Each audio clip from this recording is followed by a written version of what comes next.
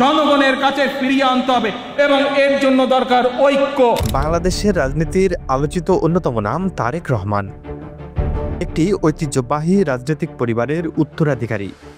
শহীদ রাষ্ট্রপতি জিয়াউর রহমান ও 3 বারের প্রধানমন্ত্রী খালেদা জিয়ার জ্যেষ্ঠ পুত্র। জন্ম 1965 সালের 20 নভেম্বর। শিক্ষাজীবন শুরু হয় ঢাকার নটরডেম কলেজে। পরে লন্ডনের ইউনিভার্সিটি অব বার্কিংহাম থেকে বিজনেস অ্যাডমিনিস্ট্রেশনে উচ্চশিক্ষা গ্রহণ করেন। 2001 সালে বিএনপি ক্ষমতায় আসার পর তিনি দলের রাজনীতিতে সক্রিয় হন। বিএনপির স্থায়ী কমিটির বাইরে থেকেও হাওয়া ভবন হয়ে ওঠে তারেক রহমানের অন্যতম রাজনৈতিক কার্যালয়। অনেকে তাকে তখনই ভবিষ্যতের কাণ্ডারি হিসাবে দেখতে শুরু করেন।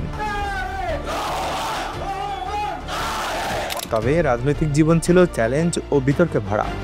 2007 সালের 11 জানুয়ারি সেনা সমর্থিত তত্ত্বাবধায়ক সরকারের সময় তাকে গ্রেপ্তার করা হয়। কয়েক মাস পর তিনি জামিনে মুক্ত হন এবং চিকিৎসার জন্য লন্ডনে যান। সেই থেকে এখনও লন্ডনে অবস্থান করছেন তারেক রহমান। সেখানে থেকেই দল পরিচালনায় কার্যক্রম চালিয়ে যাচ্ছেন তিনি। ভার্চুয়ালি যুক্ত হচ্ছেন দেশের বিভিন্ন জনসংযোগ ও দলীয় কর্মকাণ্ডে। সত্যিকার অর্থেই রাষ্ট্র এবং সরকার পরিচালনায় জনগণের স্বার্থ, জনগণের আকাঙ্ক্ষাকে প্রাধান্য দেওয়াই কিন্তু জরুরি। তারেক রহমানের সমর্থকরা তাকে দেখেন ভবিষ্যতের প্রধানমন্ত্রী হিসাবে।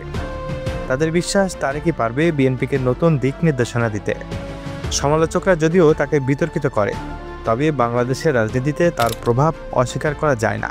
আজও বাংলাদেশে তার নামটি রাজনৈতিক আলোচনার কেন্দ্রে। রাজনীতির এই তরুণ নেতার সামনে বহু চ্যালেঞ্জ, বহু সম্ভাবনা।